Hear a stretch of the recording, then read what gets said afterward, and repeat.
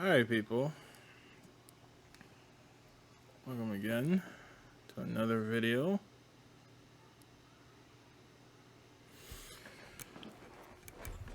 This one being a review to Kenobi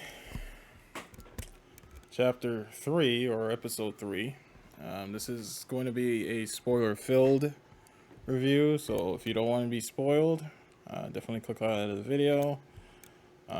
This little screenshot here, this is actually at the beginning of the episode, so this is not really a spoiler. But the other stuff that I will be talking about will be, so like I said, if you don't want to be spoiled, definitely click out of this video, watch the episode, and then come back and you can discuss this episode. Okay, one thing I had to say, this one was fire. Vader. When they I heard a lot of people were complaining how the Inquisitors didn't seem that threatening, and I'm sitting there like, yeah, because they're not going to be. We know who the big bad is in this show, and it's the guy you see in the screen here.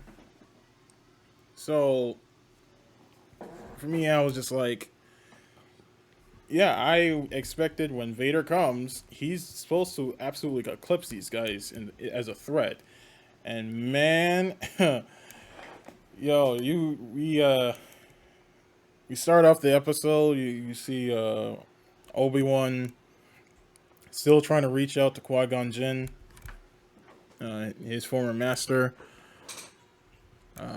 As he's trying to reach him, he's like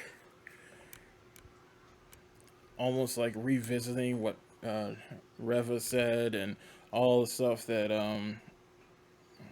Qui-Gon and Yoda said, and what Anakin said to him like, when they last seen each other. And as that has happened, you see Vader being put together again after his little bath in the bacta tank. Which, as you can see in the screenshot, that is Hayden Christensen underneath the suit. So it's good to see he being back on that role. And James Earl Jones makes his return again as the voice of Darth Vader.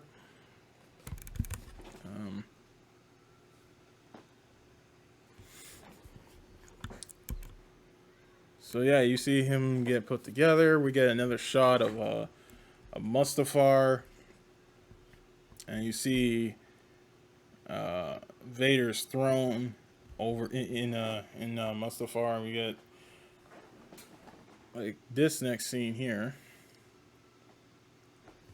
with him talking to the third sister, Reva. Now it's still not revealed whether or not the Grand Inquisitor died. I'm in now in the belief that he's probably not dead, because they're really playing off the Inquisitor, the title of Inquisitor, like these other Inquisitors are fighting for that position. So we could find ourselves with like probably having to wait till like the final episode to see if the Grand Inquisitor returns. And yeah, so you have him with this conversation, and he clearly does not care about the Inquisitor. He's focused on the fact that they found Obi-Wan, and that he wants his location be found. He's made it clear to Reva that he's been watching her, and we get a little insight in her intentions. She's gunning for that title of Inquisitor. So we get a little glimpse to what's motivating her to go after Obi-Wan. Now there's also could be some personal motivations that still haven't been revealed to us yet, so there's still that. But yeah, and Hayden Christensen did a good job with his mannerisms. Because like you just look at it, and it's like, yeah, he about to mess some shit up. Like, oh man. But after this scene, we get we are literally we are now getting back to with Leia and Obi-Wan, and they have like a little conversation regarding like the Force, and like she asks him how it feels um having the Force, and he describes it as like when you're scared of the dark and you're suddenly surrounded by the light, like it feels like you feel safe. So something in that ballpark. Um, they reach their destination. They try to look for the contact. They can't seem to find the contact. Uh, so assuming the person may not have showed up, they Leia signals this carrier. Seems like a nice guy, but he's very for the Emperor. Um, he actually drives along, like bring them along. A little before they reach this waypoint. Um, you had some stormtroopers that were already out in the fields. They hop on. They start questioning Obi-Wan. He almost slips on their identity and does like a little quick save. As they leave, you see Leia. She looks at Obi-Wan. It's like, "You knew my mother. You knew my real mother." And she realized this whole time that like he's been hiding stuff from her. And she would eventually ask, like, "Are you my father?" And he goes in like a details like understanding. Funny, it's like another person trying to do a review on that too. Um, Understanding being being taken away from his real parents. He only has like he starts to describe like his little memories of them. Even mentions that he has a brother, which it was a little interesting thing to add in there. They get to the they get to the waypoint, and yeah, shit just goes absolutely left after that. They get a probe. Yeah, they're stopped at the waypoint. Carrier literally set them up. Uh, like I said, he was very for the Empire, so he goes and sets them up. You get this quick little scene where Obi-Wan literally takes out the stormtroopers. One of them goes out absolutely tragic.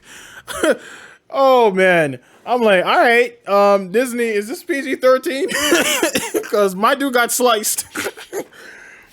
Oh man, it was that was unexpected, but well then again, Star Wars, they're not exactly afraid of decapitation, so I guess that's par for the course. And just when you think they find themselves in a bad spot again, one of the I think Imperial officers was actually a spy, and she actually helps Obi-Wan and Leia to get to safety. You find out that she's been helping Jedi and force sensitive people to escape to safety. You get a little Easter egg of Quinlan, who's Quinlan Voss, if you remember that character from the Clone Wars animation. So it's a good indicator that Quinlan Voss is alive in this universe, which now has me wondering if that guy that was in the Bacta tank in that Star Wars Jedi Survivor trailer was that him? I'm starting to think that maybe that was Quinlan Voss, but maybe not. we'll see with that show. But as uh as they're getting ready to lead through the tunnels, Obi-Wan feels starts to feel an aching like he starts looking distraught. He's like he feels absolute danger coming in, and he goes to look outside the door, and he sees the Inquisitors come in, and there you see him come in. Along behind him was Darth Vader, and when they did his reveal up there, it was like, oh boy. Like, bro, you may need to run because he's gonna sense your presence. And I feel like you pretty much see Vader just stopped, as if like he managed to sense Obi-Wan, and he just proceeds to kill these people. He choked this one. He started choking this one guy out of the house. Just pulls him in and starts choking him. And then when his kid try to step in, Vader just does a quick force push and then just snaps his neck. I was like, yo, see, George Lucas cut away from Anakin literally killing kids. Nah, we just gonna show him snap some kid's neck. It was crazy. It was crazy. And then, wasn't that enough? He starts to walk further up, and he just forced choke drags this next lady along with. I'm just like, yo, they're making this man super brutal. And just when he was about to attack some more people, you see Obi-Wan will come in and like have him sense his presence and starts trying to lure him away. But as he's luring him away, you see the spy. Her name was Tala. She felt like she needed to help him. Leia tells her to go, and as she goes to fight the pilot, we cut away. We have the Inquisitors now going into the village to search and whatnot.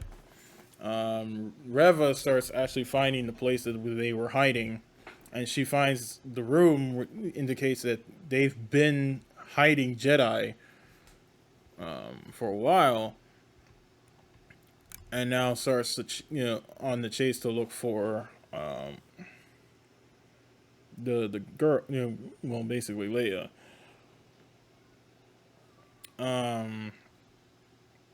As that's happening, we cut back, and we finally get a little duel with Vader. Like before, we had like a little hide and seek. Their dialogue, where it's like Obi-Wan's literally looking at this tall, dark figure that frightening as hell.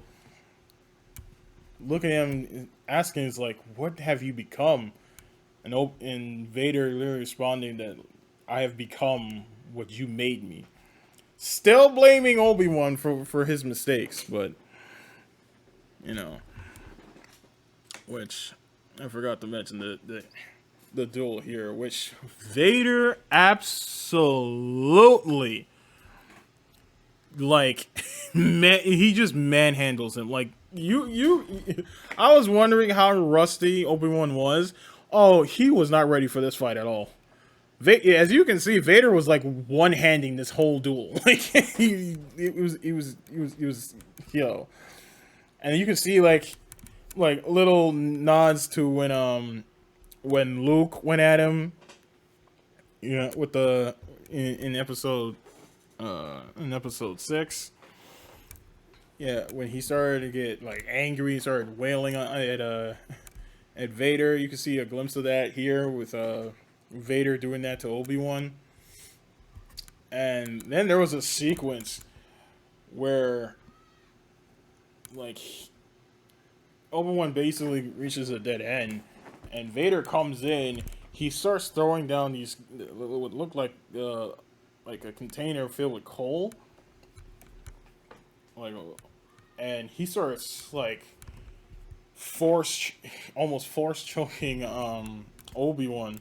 He shuts off his lightsaber and everything, and then he proceeds to like dig his lightsaber onto the coal and starts a fire and starts dragging Obi-Wan into the fire. I was like, yo, okay.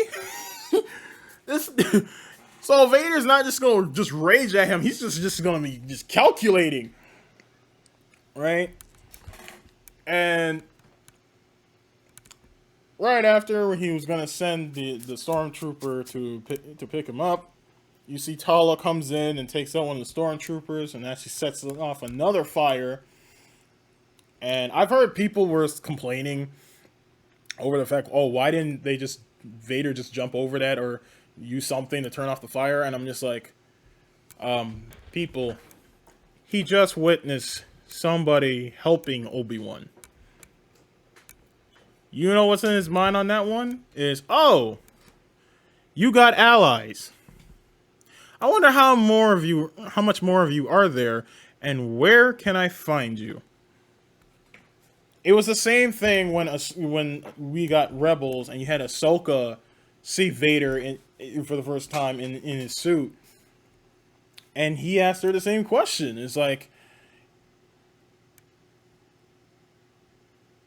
at long last that we met, and like, if you can tell me the whereabouts of the other Jedis.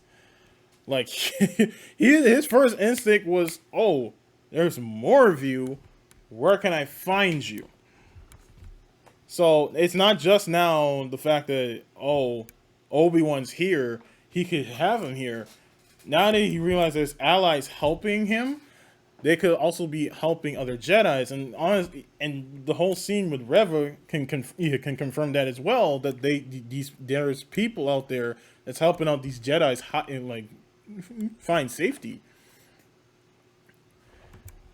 And so that's why I didn't have so much of a problem of Vader not really going after. I felt like it's him being calculating. Like, yes, I could get Obi-Wan here, but the mere fact that there's allies helping him, he could lead me to those allies, and who knows if there's other Jedis out there that I may come across as well.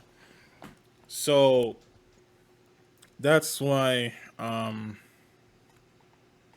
yeah, I wasn't really too upset about that. We cut away and we see Reva at it again. Literally takes out the pilot that was supposed to take them out off world, and she now has possession of Leia, and that's where the episode ends. This was a very good episode. Very slow paced, but it was very, like, it was more character driven, which I don't mind. And we got a lot of Vader out of this one, which was very surprising, but a welcome surprise nonetheless. So yeah, what do you guys think of the episode? For me, this was an easy 9 out of 10 for me. I was actually more interested with this episode all the way through, whereas episode 2 had some parts where I wasn't really too into. But yeah, you guys let me know how you felt about the episode in the comment section down below. And yeah, we'll have to wait till next week for episode 4. We'll get more details as to how now Obi-Wan's gonna get Leia back now that the third sister's got her. We'll see what happens now, but yeah, I hope you guys enjoyed this review. If you did, hit that like button, comment, and share. If you're new to the channel and you enjoy my content, subscribe to my channel. Follow all my social medias in the description down below. And yeah, I'll see you guys on the next one where we talk about with episode 4. Till then, you guys have a good one. And oops. And deuces.